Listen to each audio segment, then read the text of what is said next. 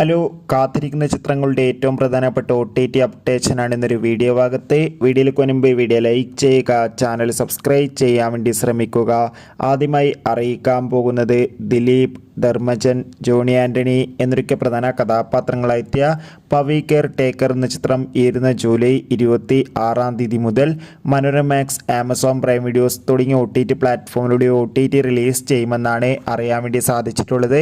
എന്തായാലും കാത്തിരിക്കാം ചിത്രത്തിൻ്റെ OTT റിലീസിനായി. അടുത്തതായി അറിയിക്കാൻ പോകുന്നത് വിജയ് മേനോൻ, സുരാജ് എന്നൊക്കെ പ്രധാന കഥാപാത്രങ്ങളായെത്തിയ ചിത്രമായിരുന്നു നടന്ന സംഭവം.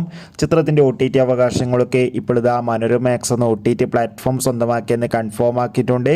ചിത്രം ഉടൻ തന്നെ OTT റിലീസ് ചെയ്യുമെന്നാണ് റിപ്പോർട്ടുകൾ സൂചിപ്പിക്കുന്നത്. മമ്മൂട്ടി, രാജീവ് ബി ഷെട്ടി, അഞ്ജന ജയപ്രകാശ്, ബിന്ദു പണിക്കർ എന്നൊക്കെ പ്രധാന കഥാപാത്രങ്ങളായെത്തിയ ചിത്രമായിരുന്നു ടർബോ. ചിത്രത്തിന് മികച്ച അഭിപ്രായം, മികച്ച വിജയം തന്നെ സ്വന്തമാക്കാൻ വേണ്ടി സാധിച്ചിട്ടുണ്ടായിരുന്നു. അതുകൊണ്ട് തന്നെ എല്ലാ സിനിമാ പ്രേമികളും ഒരേപോലെയായിരുന്നു ടർബോ എന്ന ചിത്രത്തിൻ്റെ OTT റിലീസിനായി കാത്തിരുന്നത്.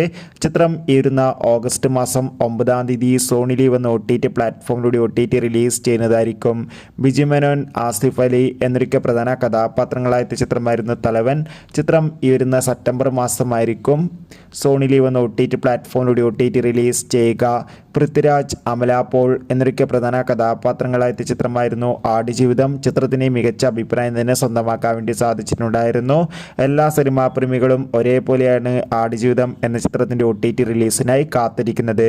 ചിത്രം ഈ വരുന്ന ജൂലൈ മാസം 19 നെറ്റ്ഫ്ലിക്സ് എന്ന OTT പ്ലാറ്റ്ഫോമിലൂടെ OTT റിലീസ് ചെയ്യുമെന്ന് കൺഫേം ആക്കിയിട്ടുണ്ട്. കാത്തിരിക്കാം ചിത്രത്തിൻ്റെ OTT റിലീസിനായി. ആടുജീവിതത്തിനായി എത്ര പേര് കാത്തിരിക്കുന്നു? ബൈ.